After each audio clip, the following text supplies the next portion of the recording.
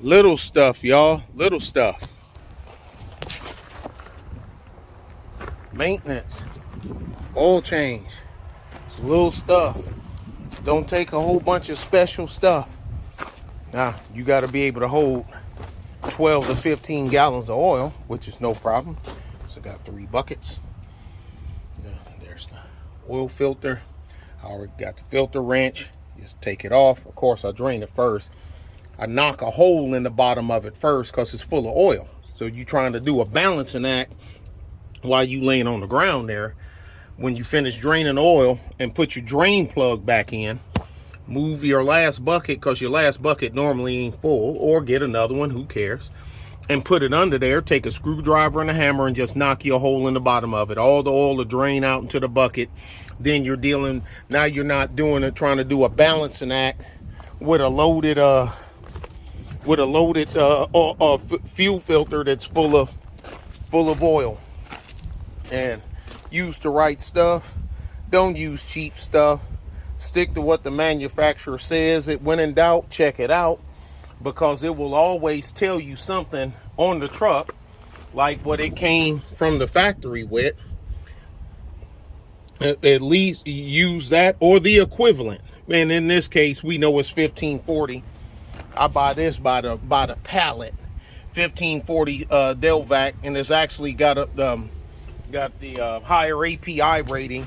And I replace 4 gallons with synthetic blend, Mystic.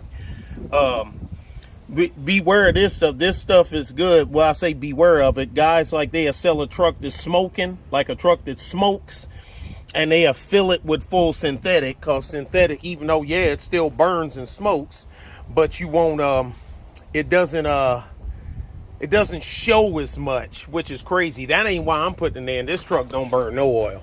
This truck burns nothing. This truck, so for knock on my wood head, this truck runs like a top. And I plan on keeping it that way, but I take care of it and record. I take get off me, little bug. And I take, cause I don't be, even though I got a log in the computer, I still take a piece of duct tape and I stick it on there, and I write the date and the odometer reading and the date on there, and which filters I changed. So I'm due for oil, but I'm not due for fuel. So, but I'm gonna go ahead and do that. But just the little stuff. Do the little stuff. It's, you know, well, I'm waiting till I go to, well, I'm gonna wait till and you go over. Now you 500 over. Now you're 800 over. Now you're 1,000 miles over. Now you're 2,000 miles over. Is the truck gonna break down? More than likely not.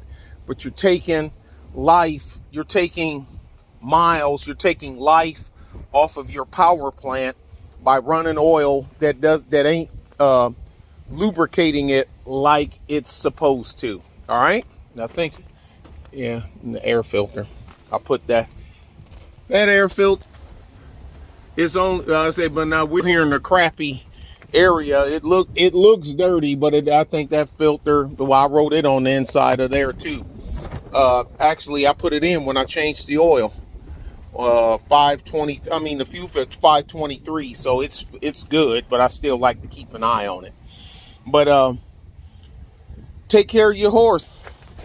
And baby got some new shoes.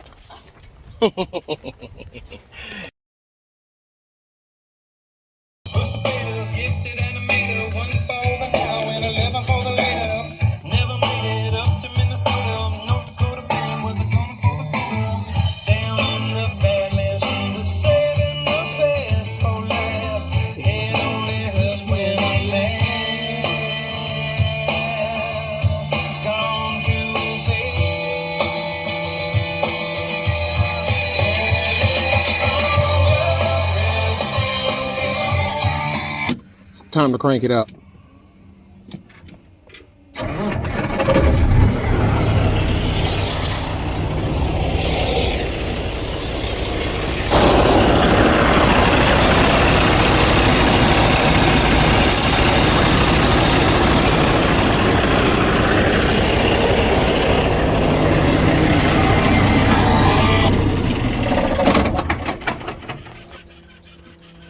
just for enough. Fill up, make sure your filter's full.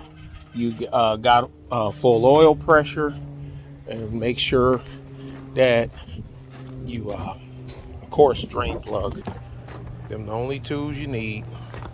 Well, and a filter wrench. And check, make sure there's no leaks around the sealing, the mating surface. And let me see.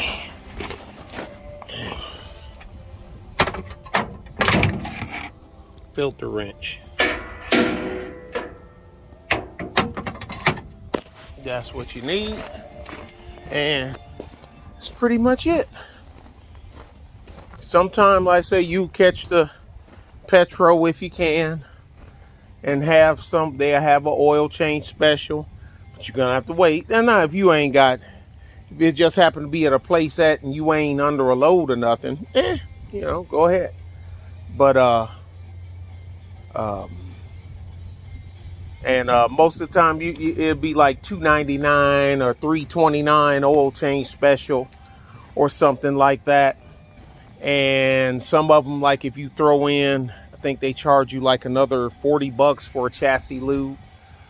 But the thing is with me, there's certain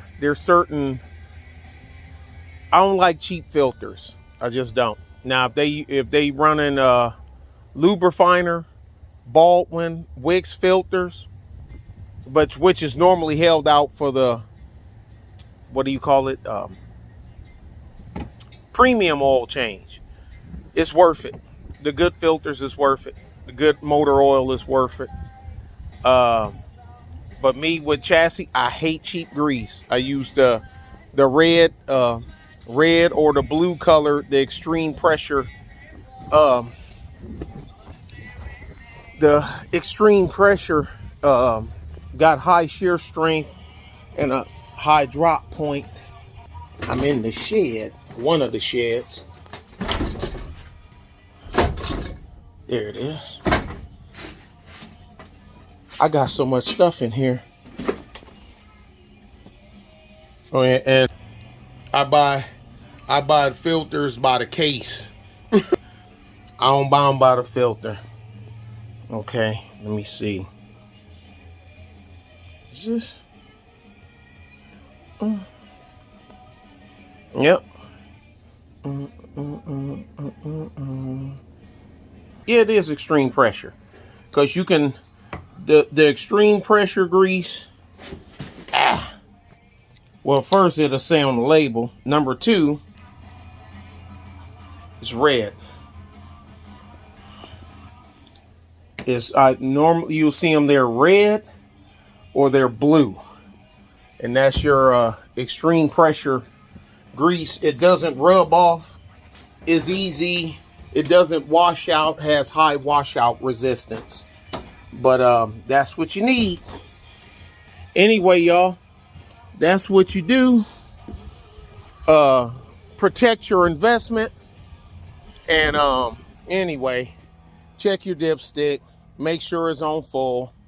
Make sure you don't need to add any. If you gotta add, you gotta add. I be trying to remember all these damn trucks, because I got so many trucks, and even though a lot of them have the same engine, this 15-liter Cummins ISX, this one takes 13 gallons, that one takes 12.5 gallons, that one takes 12 on the dot. I guess it just depends on the chassis they put it in and the oil pan used to clear the axle, I guess. Anyway, y'all be good, be safe, and take care of your machine. And more than likely, more often than not, your machine will take care of you. All right?